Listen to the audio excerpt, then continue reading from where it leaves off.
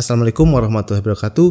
Halo teman-teman, kembali lagi di JTech ID bersama saya Angga, dan selamat datang untuk kalian yang baru bergabung di channel JTech ID. Untuk kalian yang belum subscribe, silahkan bantu tekan tombol subscribe-nya untuk mendukung channel JTech ID karena subscribe itu gratis.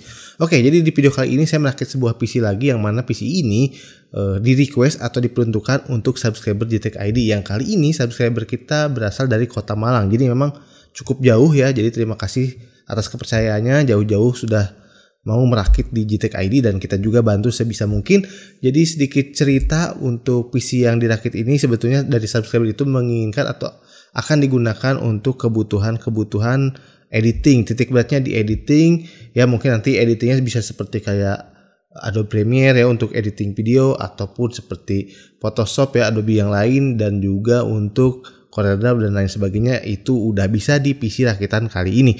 Dan sedikit cerita juga untuk budgetnya itu, awalnya itu subscriber kita kali ini di 3,3 jutaan, pengen all in semua, tapi akhirnya dengan beberapa diskusi akhirnya budgetnya di 3,5an atau 35 sampai 3,6 dengan semua komponen baru, dan juga sudah memberikan donasi ataupun untuk jasa rakit dan juga install Windows ataupun yang lainnya. Jadi udah all in kecuali untuk ongkir ke Malangnya ya. Jadi ini PC-nya 3,5 3,6 belum termasuk ongkir ke Malang gitu ya. Dan kira-kira untuk komponennya apa aja yang digunakan, nah ini dari hasil diskusi udah cukup panjang dan juga udah cukup oke juga tampilannya. Jadi karena memang untuk subscriber kita kali ini pengen tampilannya juga yang oke juga, yang cukup proper juga. Nah, kita akan bahas langsung komponennya satu persatu, dan sebelumnya akan kita nyalakan dulu PC-nya. Let's go.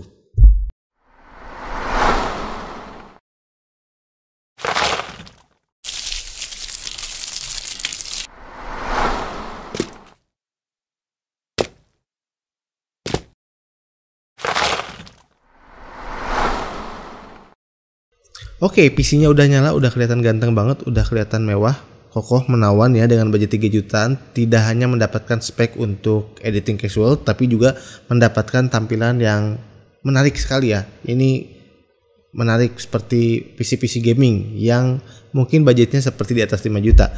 Nah, mari kita akan coba jelaskan satu persatu untuk komponennya. Dari hasil diskusi kita dengan subscriber kita kali ini, untuk penggunaan komponennya akhirnya diputuskan penggunaan komponen yang digunakan itu adalah prosesor di Core i7 870.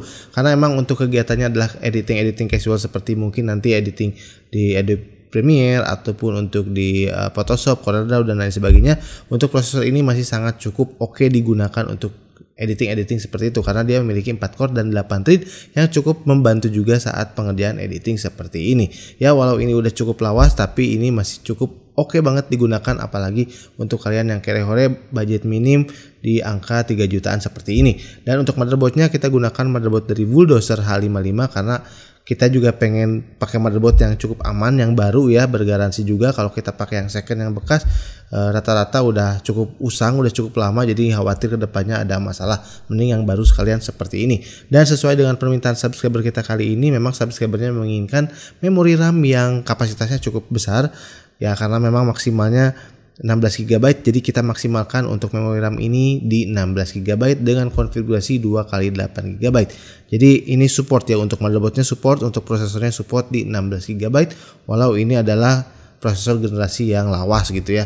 Dan di sini juga kita gunakan CPU cooler yang juga ini akan mendongkrak penampilan selain untuk mendinginkan prosesor, dan juga di sini penampilannya menjadi lebih oke. Kita gunakan di sini CPU cooler aftermarket dari Jonesbow CR1200.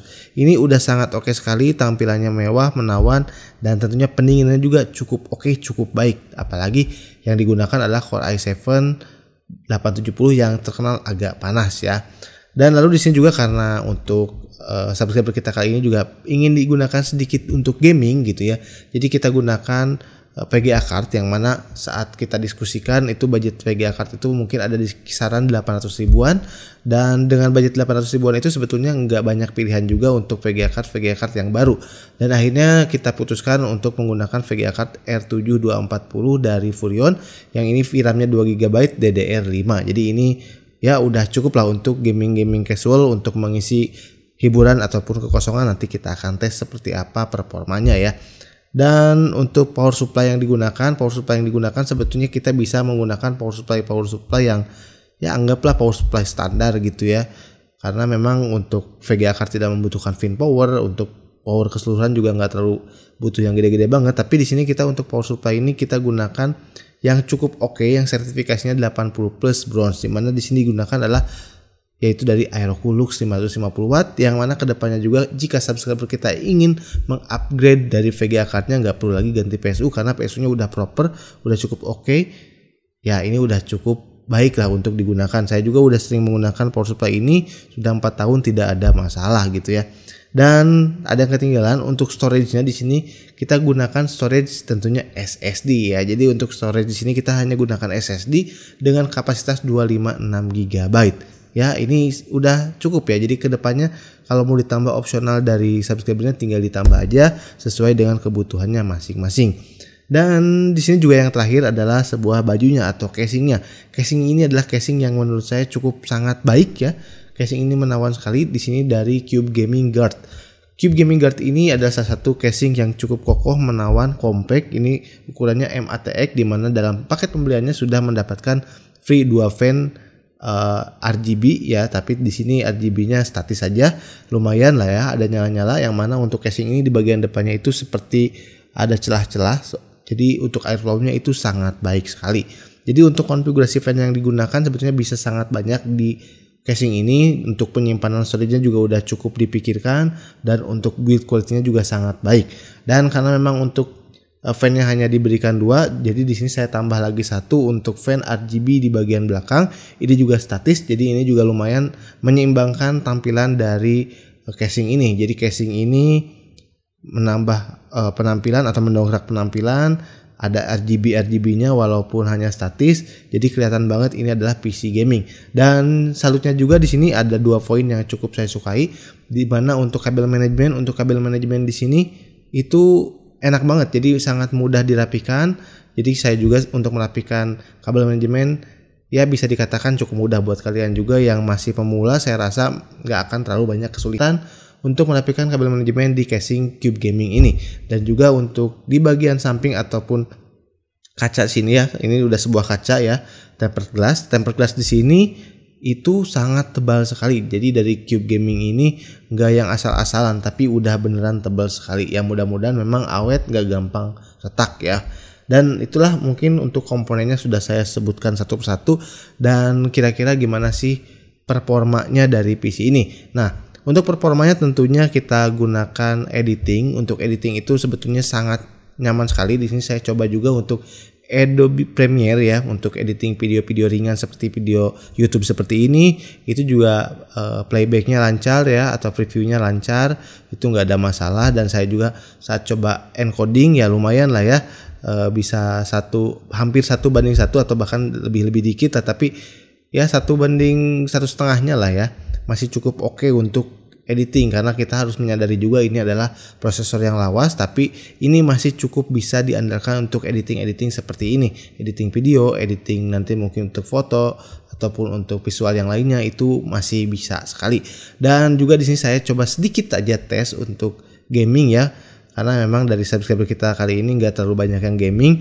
Dan kemarin itu pas saya coba kirimkan video tesnya, dia juga cukup mungkin cukup surprise ya, bisa gaming juga ternyata, karena ekspektasi dia nggak buat gaming. Nah, saat saya coba untuk game itu, saya coba untuk game seperti PES 2021, saya coba di resolusi 720p, settingannya memang hanya low saja, tapi di sini sangat lancar untuk digunakan karena memang mendapatkan FPS di 50 fps-an ya. Dan bisa kita lihat juga di sini FPS-nya nyaman dan suhunya sangat adem, baik suhu prosesor ataupun suhu dari GPU-nya sendiri. Jadi selain memang Jonesbow ini membantu mendinginkan prosesor, tentunya dari casing airflow-nya juga bagus atau sangat baik ya. Dan di game selanjutnya juga saya coba tes aja satu lagi nih ya. Saya coba tes di game GTA 5 ya, memang saya coba tes di beberapa scan seperti di misi awal-awal juga saya coba tes. Ini di settingannya normal ya, settingan normal saja, ini 720 pixel, dimana untuk game ini itu berjalan sangat smooth, sangat lancar ya, masih rata-rata di 50 fps-an. Jadi nggak ada isu yang macam-macam untuk main game seperti sekelas ini gitu ya, masih bisa digunakan ya, masih cukup oke, masih cukup nyaman digunakan, dan tentunya suhunya pun sangat adem ya, sangat adem. Ini berkat tadi pendinginan dari coolernya bagus ataupun dari airflow dari casingnya. Nah, dari hasil gaming tadi, kira-kira berapa sih konsumsi dayanya? Nah, saya coba tes juga saat penggunaan gaming, karena workloadnya cukup tinggi saat gaming. Itu kita menghabiskan daya di sekitaran 130 watt saja. Sangat cukup irit ya. Jadi listriknya irit, bisa main game, bisa editing. Ini cukup jadi pilihan ya buat di rumah-rumah kalian yang tentunya mungkin listriknya nggak terlalu, dayanya nggak terlalu besar, atau membayar tagihan listrik pengen nggak terlalu besar ya. Mungkin racikan-racikan seperti ini bisa kalian coba tiru ya. Ini masih cukup oke digunakan juga. Dan saat idle juga untuk PC ini hanya berkisar di 80 wattan. Untuk kalian juga saat browsing ataupun saat editing itu hanya di 80 watt. Oke. Jadi ya itulah PC kita kali ini untuk subscriber kita kali ini. Jadi terima kasih atas kepercayaannya untuk merakit PC Digitech ID. Dan mungkin itu saja video dari Digitech ID kali ini. Buat kalian juga yang ingin dirakit PC, kalian bisa DM ataupun bisa WhatsApp ke Digitech ID. Jika memang ada kesempatan, jika memang ada waktu, kita bantu rakit. Dan jika memang pas situasi dan kondisinya, kita bantu juga buatkan kontennya. Karena nggak semuanya juga untuk yang rakit PC itu kita jadikan konten. Jadi waktu lalu juga banyak yang rakit, ada dari Makassar, ada dari Medan, dan juga yang lainnya. Itu nggak sempat kita buatkan konten karena kesibukan pribadi saya juga ya. Jadi mungkin hanya beberapa yang bisa dibuatkan konten ataupun yang sesuai situasi dan kondisi. Oke, terima kasih telah menonton video ini, dan mudah-mudahan kalian bisa terhibur, dan mudah-mudahan video ini bisa bermanfaat untuk kalian dan menjadi referensi untuk kalian. Silahkan ambil yang baiknya dan buang yang buruknya. Bersama saya Angga, dan sampai ketemu di Digitech ID and see you.